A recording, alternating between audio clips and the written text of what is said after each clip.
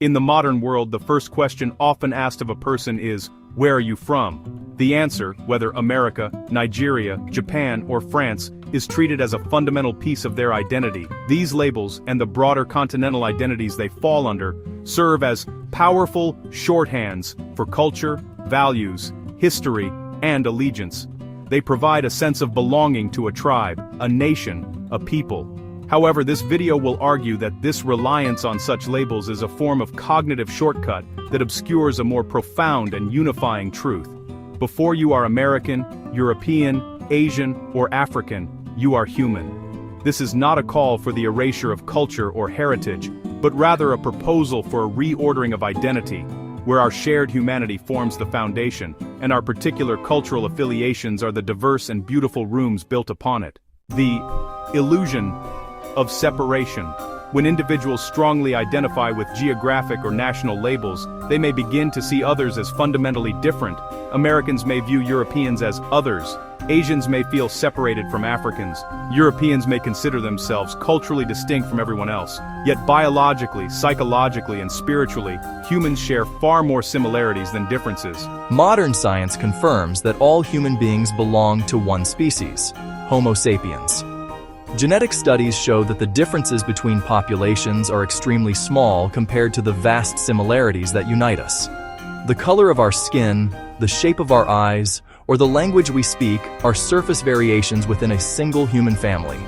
From this perspective, continental identities are superficial layers placed upon a deeper human unity. Constructed nature of identities. The identities we hold as immutable truths are, in fact, relatively recent human inventions. The concept of Europe as a cohesive civilizational entity is largely a product of the post-Renaissance era, solidified in contrast to the Orient during the age of colonialism. Asia is a vast, impossibly diverse landmass containing dozens of distinct civilizations, languages, and histories, yet it is lumped into a single category. Africa was largely a geographical construct until the mid-20th century. Its diverse peoples and empires artificially unified first by the label of the continent and then by the colonial borders that carved it into nations. These labels are not discovered realities but imposed frameworks. They are political and social constructs designed to create in-groups and out-groups. National identity, the most potent form of this, is a phenomenon of the last few centuries, requiring immense effort. National myths, standardized education, shared media, to instill a sense of unity among disparate populations. To define oneself primarily by these labels is to accept a historical accident of birth as the essence of one's being, rather than a single, rich layer of a much deeper identity.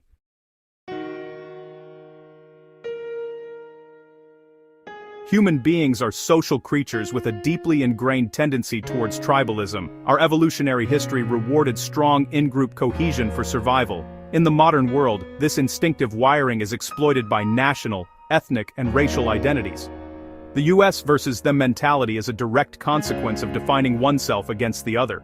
When identity is rooted in nationality or ethnicity, it becomes a zero-sum game. The success of one nation can be perceived as a threat to another. The historical grievances of one ethnic group justify conflict with another. This mindset is the root cause of nationalism, xenophobia, racism, and war. From the trenches of World War I to the ethnic cleansings of the 20th and 21st centuries, history is a bloody testament to the violence unleashed when tribal identity is placed above our common humanity.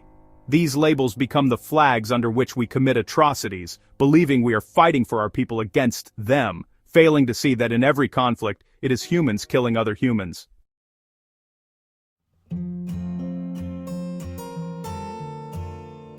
In stark contrast to these artificial divisions stands the scientific reality of our species. Modern genetics has revealed what was always true. We are all of one species, Homo sapiens. The genetic variation between any two humans, regardless of their so-called race or continent of origin, is infinitesimally small, less than 0.1%. We all share a common ancestry in Africa, and our differences in appearance are merely superficial adaptations to different environments, evolutionary footnotes on the same story. Philosophically, the argument for a primary human identity is even more compelling. The Stoics spoke of cosmopolitanism, the idea that every human being is a citizen of the cosmos. The concept of universal human rights is predicated on the belief that there is something inherent in all human beings that demands dignity and respect, regardless of their nationality, culture, or creed. To feel joy, to suffer loss, to love, to fear, to wonder, these are the universal experiences of the human condition. A mother in Tokyo and a mother in Nairobi feel the same fierce love for their children. An elderly man in Oslo and an elderly woman in Buenos Aires face the same existential concerns about mortality. These shared vulnerabilities and aspirations are the bedrock of our common identity.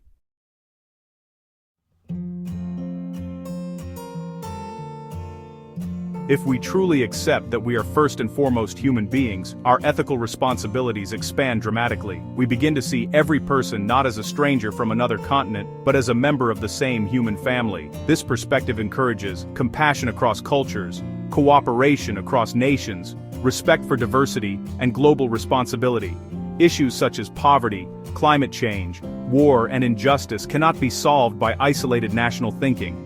They require a recognition that humanity shares one planet and one future. Seeing ourselves as human first encourages global solidarity rather than tribal competition. Spiritual dimension of human identity. Many spiritual traditions teach that humanity shares a deeper unity beyond physical differences, whether expressed through ideas of divine creation, universal consciousness, or spiritual interconnectedness. These traditions often affirm that human beings are fundamentally one. The concept of universal humanity aligns with these spiritual insights. When we see beyond labels, we recognize the dignity and sacredness present in every person. In this sense, being human becomes a spiritual identity that transcends geography, religion, and culture. Such awareness fosters humility, empathy, and reverence for life, toward a global human consciousness. In the modern world, technology, travel, and communication have brought humanity closer together than ever before. The internet allows people from different continents to interact instantly. Global challenges demand global cooperation. These developments are gradually encouraging a shift toward what might be called global human consciousness, an awareness that humanity is interconnected and interdependent. The statement, "You are not American, you are not European, you are not Asian, you are not African, instead you are human," reflects this emerging consciousness. It invites us to think beyond the limitations of inherited labels and to embrace a more universal understanding of identity, solving global problems. Embracing a human identity is not merely an abstract philosophical exercise, it is a practical necessity. The greatest challenges facing humanity today are global in nature and cannot be solved by nations acting in their own self-interest. Climate change does not respect borders. Pandemics do not check passports. Artificial intelligence and nuclear proliferation pose an existential threat to the entire species, not just one country. To tackle these issues, we need a framework of cooperation that transcends national interest. We need to see the suffering of those in other nations, not as a distant tragedy, but as a collective human problem. When a sea level rise threatens to submerge island nations, it is not their problem. It is a human problem. When a virus emerges anywhere, it is a threat to humans everywhere. A primary human identity is the psychological and moral foundation required to build the global institutions and collective will necessary for our long-term survival.